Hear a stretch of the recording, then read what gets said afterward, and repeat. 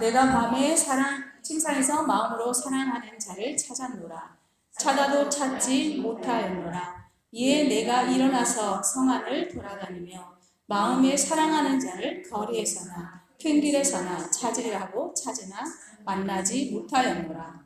성 안을 순찰하는 자들을 만나서 묻기를 내 마음으로 사랑하는 자를 너희가 보았느냐 하고 그들을 지나치자마자 마음에 사랑하는 자를 만나서 그를 붙잡고 내 어머니의 집으로 나를 잉태한 이의 방으로 가기까지 놓지 아니하였노라. 예루살렘 딸들아, 내가 노루와 들사슴을 두고 너희에게 부탁한다. 사랑하는 자가 원하기 전에는 흔들지 말고 깨우지 말지니라. 아멘. 오늘 제목은 하나님이 주시는 사랑의 훈계입니다. 2장 후반부에서 산으로 가자, 함께 일어나자. 이제 주님이 이제 신부에게 권하시죠. 근데 그 말씀에 불순종하게 돼요. 그러면서 주님 홀로 떠나가시게 놔두게 되는데, 이제 그러면서 이제 고통이 찾아와요. 이제 일상적인 그런 삶 속에서 주님을 찾지만 찾아지지 않는 그런 밤을 만나게 됩니다. 그 밤에 1절 보면 내가 밤에 침상에서 마음으로 사랑하는 자를 찾았구나. 찾아도 찾아내지 못하였구나. 이렇게 나오는데요. 여기서 밤은 그 영혼의 어두운 밤을 얘기하는 것입니다. 그 신부가 주님을 찾아요. 근데 찾지 못해요. 주님은 계획이 있으신 거예요. 신부가 회개하고 순종하며 돌아와서 부르짖을 때까지 한 계절 동안 주님의 모습을 감추시는 전략을 하고 계신 것입니다.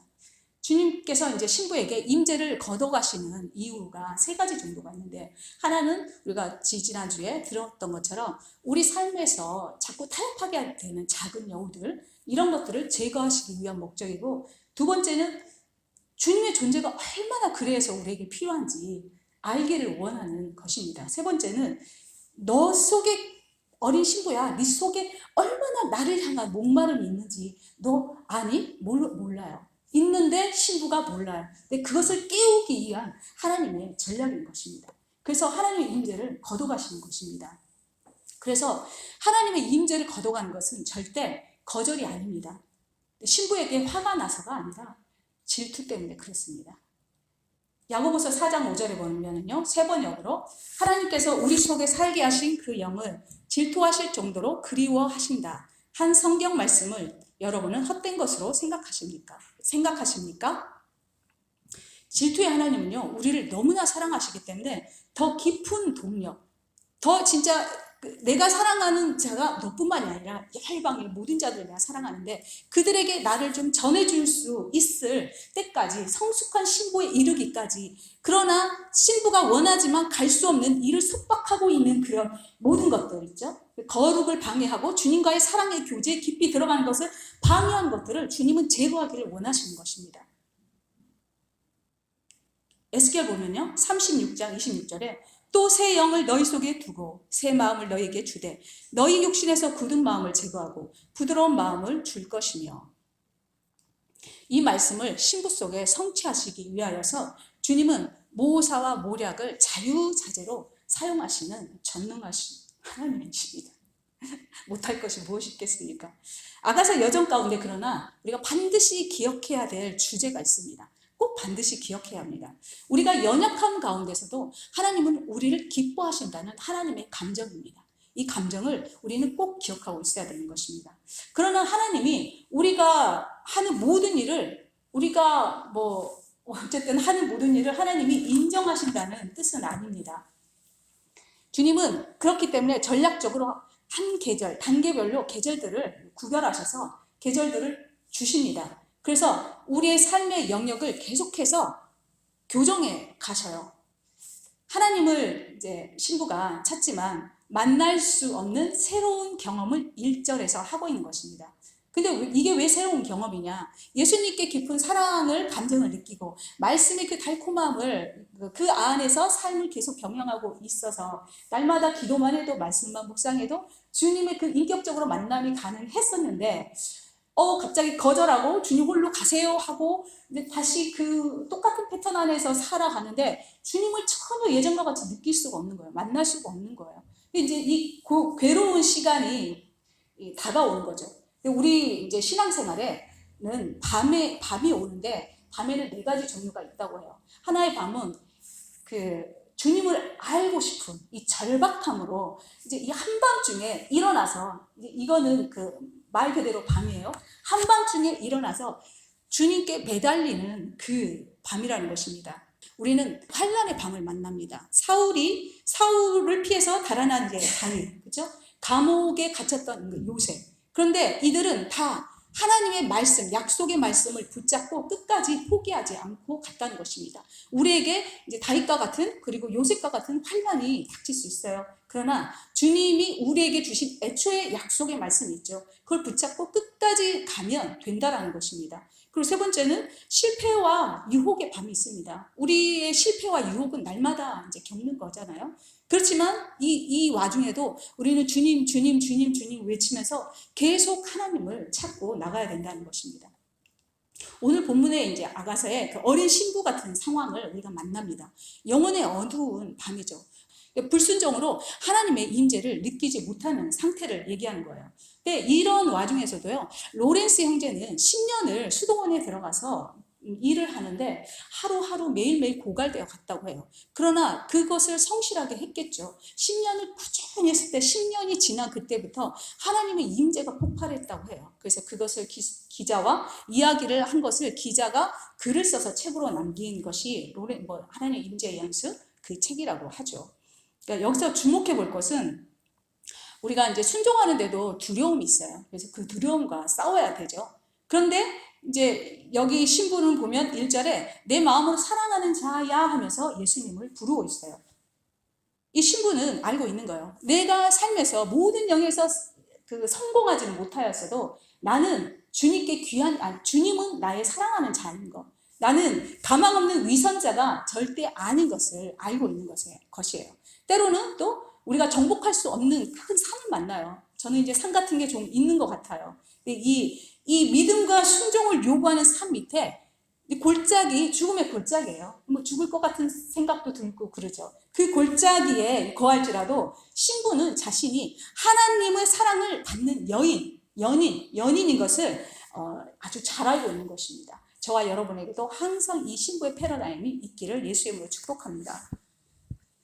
1절, 내가 밤에 침상에서 나오죠. 침상. 예, 사실 지금쯤 신부는 순종했다면 주님과 같이 산으로 가 있어야 돼요. 그런데 가지 못하고 침상에 있는 것입니다. 근데 영어 버전을 보면 my bed라고 되어 있습니다. my bed. 그는 내 침대인 거죠.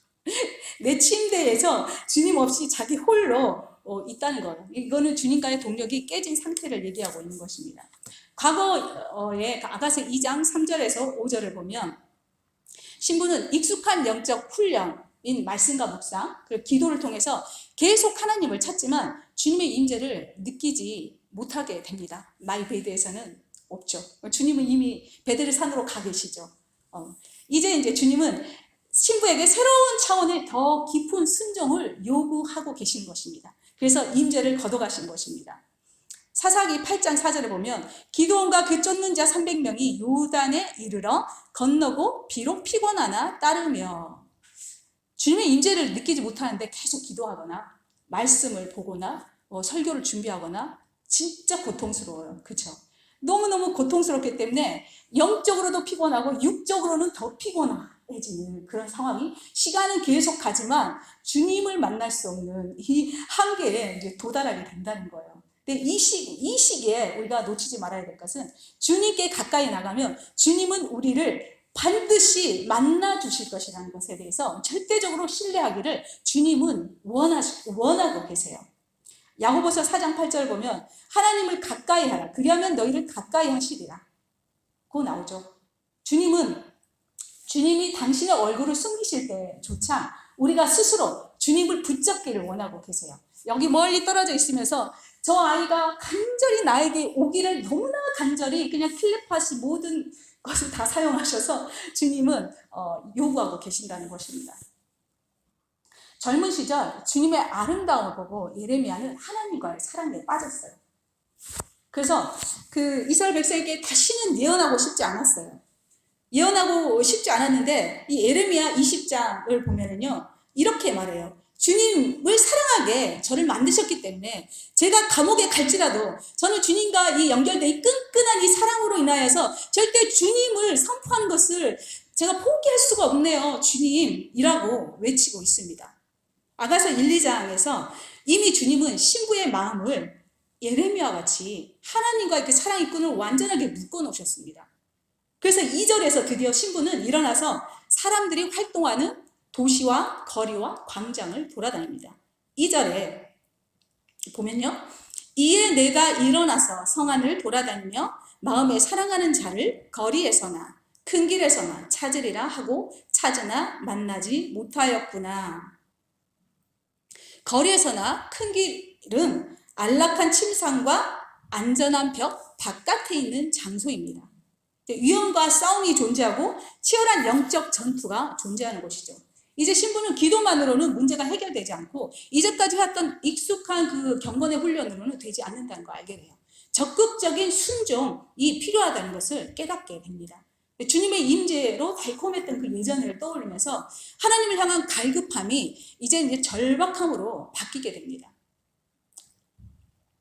두려움과 타협의 그 작은 여우들과 영적 권태와 제약 그리고 불신의 산들과 치열한 전쟁을 선포하면서 일어나게 됩니다. 주님 없는 배 안에는 혼자 있지 않겠어. 주님 없이 안락한 내 침대에서 나 혼자 있지 않겠어. 이제 결심을 하면서 주님의 얼굴을 정직하게 구합니다. 주님의 얼굴을 피했죠. 목소리를 피했지만 이제는 이제 대면을 하는 것입니다. 위험하더라도 내가 주님과 함께 일어나서 가겠어. 말씀에 순종하여서 신부는 일어나게 됩니다. 저와 여러분께 매일같이 이런 삶이 일어나길 축복합니다. 야곱은 밤이 맞도록 하나님과 같이 씨름합니다. 창세기 32장에서. 하나님 만날 때까지 결코 포기하지 않았던 야곱은 돌파구가 생길 때까지 하나님과 씨름한 기도의 표상이라고 호세아서에 기록하고 있습니다. 눈물과 강구로 정직하게 하나님을 구한 자라고 호세아서 12장 2절에서 6절 사이에 기록하고 있습니다. 야곱은 이 씨름 끝에 뭐라고 하냐면요. 내가 하나님 아빠를 이겼어 라고 얘기합니다. 근데 주님은 너와 씨름하면서 내가 너에게 져주는 것이 나의 기쁨이다. 내가 원하는 것이 이것이었어 라고 말씀해 주십니다. 주님과 씨름할 때요. 주님은 기뻐하세요. 씨름이 많은 종류가 있겠지만 저도 이 씨름에 대해서 많은 생각을 더 해보고 싶어요.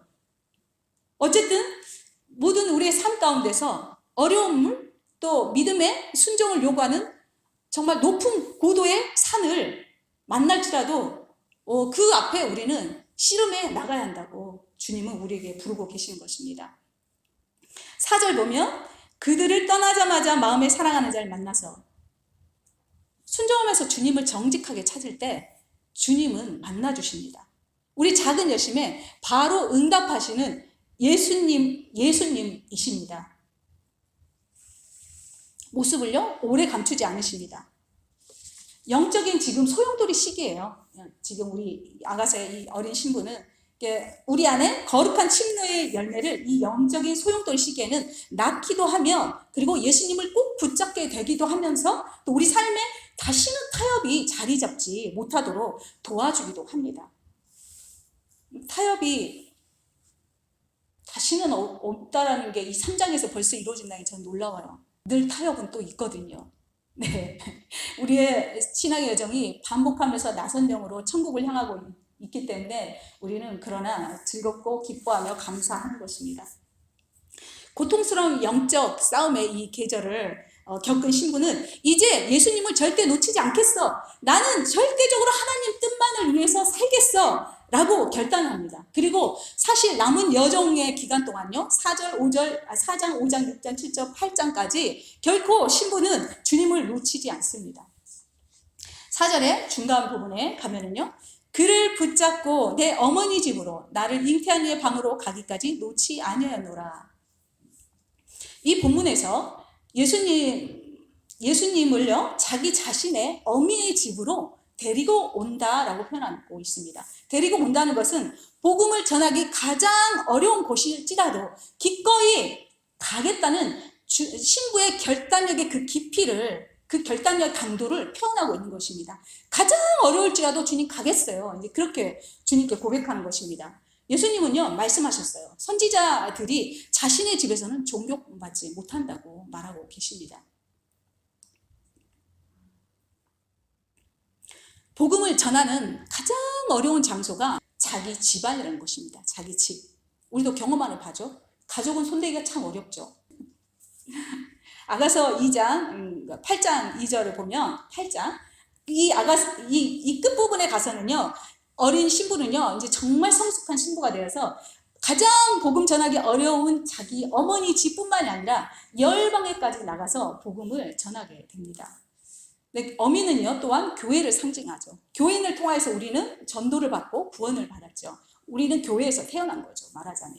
그래서 교회는 어미입니다. 또 마태복음 12장에서는 예수님은 하나님의 뜻을 행하는 자가 나의 어미요 형제라고 합니다. 어미입니다. 그리고 계시록 12장에서는 이스라엘을 구속받은 자의 어미라고 표현하고 있습니다. 그 외에도 집은 자그마한 장소를 뜻하기도 합니다. 비행기를 타고 선교하기 위해서 멀리 나가는 것만이 주님이 산으로 오라는 그 부르심은 아닙니다. 우리 가정, 이웃에서부터 시작할 수 있다는 것입니다. 신부는 그리스도의 대사로서 순종을 통하여서만 가장 복음 전하기 어려운 가족에서부터 이웃에까지 집집마다 그리고 교회에 하나님의 뜻을 행하는 자들에게 또 이스라엘에 가서 예수님을 전하게 될 것입니다.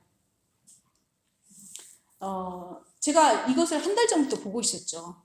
제가 계속 보고 있으니까 이걸 설교했다고 생각을 했었던 것 같아요. 그래서 어디를 설교했고 어디를 내가 설교해야 될지 모르겠더라고요. 그러다 이제 좀 정리를 하게 됐는데 보니까 설교를 한 상태가 아니었었어요. 근데 한 상태가 아닌데 이거와 관련이 있는 꿈들을요 얼마나 많이 동생, 언니, 저를 통하여서 각각 얘기를 나누기도 전에 보여주시는지 몰라요. 근데 이게 처음에는 그것인지 이것인지 모르다가 이것을 보면서 제가 이제 알게 되는 거예요. 그리고 이게 넘버 10인데 24까지 있어요. 거기에 하나씩 제가 공부를 하면서 정리를 하면서 깨달아 가고 있는데 너무 놀라운 것은 주님이 한 달, 두 달, 세 달, 네 달 전에 주신 그 꿈이 이제와 그것이 연결되는 것을 제가 느껴요. 그러니까 한 달 전, 세 달 전의 꿈이 요번에 꿈과 그게 연결되는 거예요. 그게 너무 신기한 거예요. 근데 이게 뭐지 할 때 주님이 말씀을 보면서 알게 되는 그런 일들이 일어난다는 거예요. 너무 신기한 거죠. 전사님이랑 이제 통화 안 하다가 요새 이제 좀 통화를 하면서 정말 너무 존경스러운 게 전도를 하고 있는 거예요. 전화가 오잖아요. 콜센터에서. 그러면 그 사람들한테 다 들어주고요. 그냥 전도를 하는 거예요. 예수님 믿어요. 왜 어쩌고 저쩌고. 그리고 김치에 대해서 리콜 때문에 전화를 해서 그 사장님하고 통화되면 전도를 하는 거예요. 그리고 가면 슈퍼에서 전도를 하는 거예요. 그리고 또 TV 고치러 오신 아저씨한테 따뜻한 물 대접하면서 전도를 하는 거예요. 모든 순간 전도를 하는 거예요. 그냥 몸에 배인 거예요. 그리고 전도를 위해서 쓰레기를 다 줍고 다니는 거예요. 그 동네 쓰레기를 다. 옆집에 있는 이 사람이 자기는 자전거를 옆에다 해놓고 주차해놓고 우리 자전거가 이제 그 집안에 걸리적거니까 이 옆집이 화를 냈나 봐요. 그러니까 자기도 주차를 해놓고 우리도 주차를 해놓고 왜 화를 낼까라고 생각하잖아요.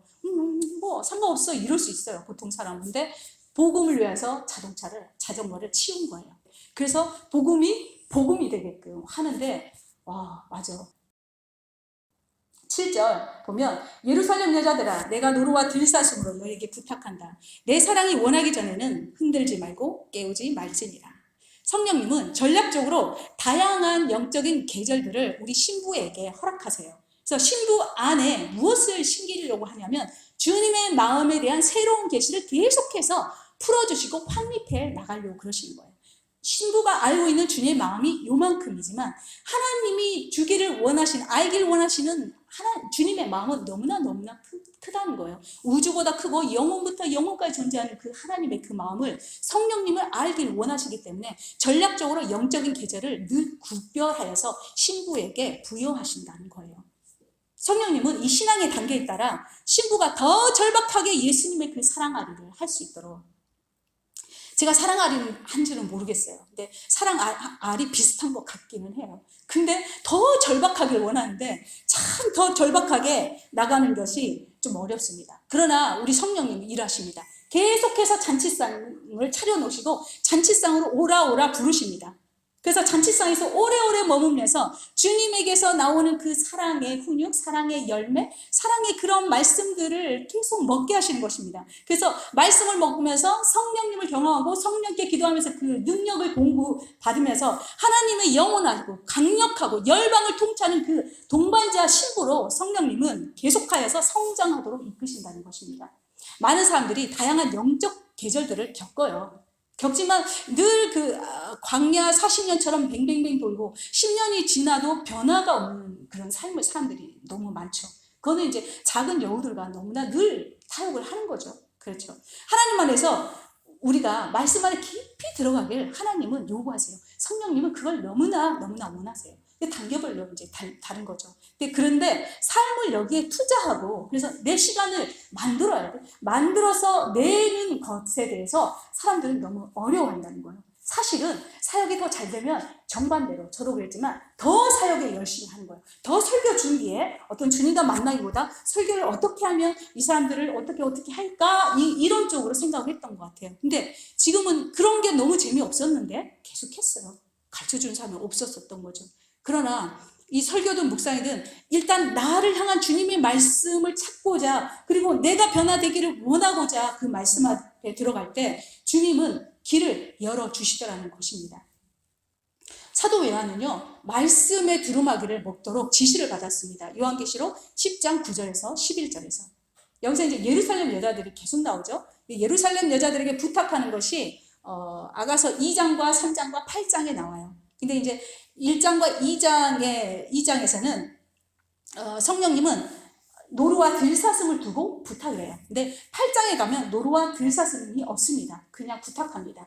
노루와 들사슴은 여러분들도 잘 아시겠지만 본래 예민한 동물이죠. 그래서 이제 하나님의 말씀에 깊이 거하지 못하고 작은 것들에 쉽게 요동해서 이제 엉덩이를 떼고 일어나는 것입니다. 계속 일어나니까 말씀 앞에 깊이 들어가지 못하기 때문에 쉽게 다른 데 마음을 뺏기게 되는 것 때문에 노루와 들사슴에게 비유하고 있는 것입니다. 예루살렘 여자들은 여러분도 알다시피 성령님의 다양한 운행과 다양한 계절을 분별하지 못한 자들을 말해요. 이제 뭐 제가 어떨 때는 지혜롭기도 하고 어떨 때는 우둔하기도 하잖아요. 어쩔 때는 어린 신부이고 성숙한 신부일 수도 있지만 제가 보니까 어떨 때는 예루살렘 여자가 되더라고요.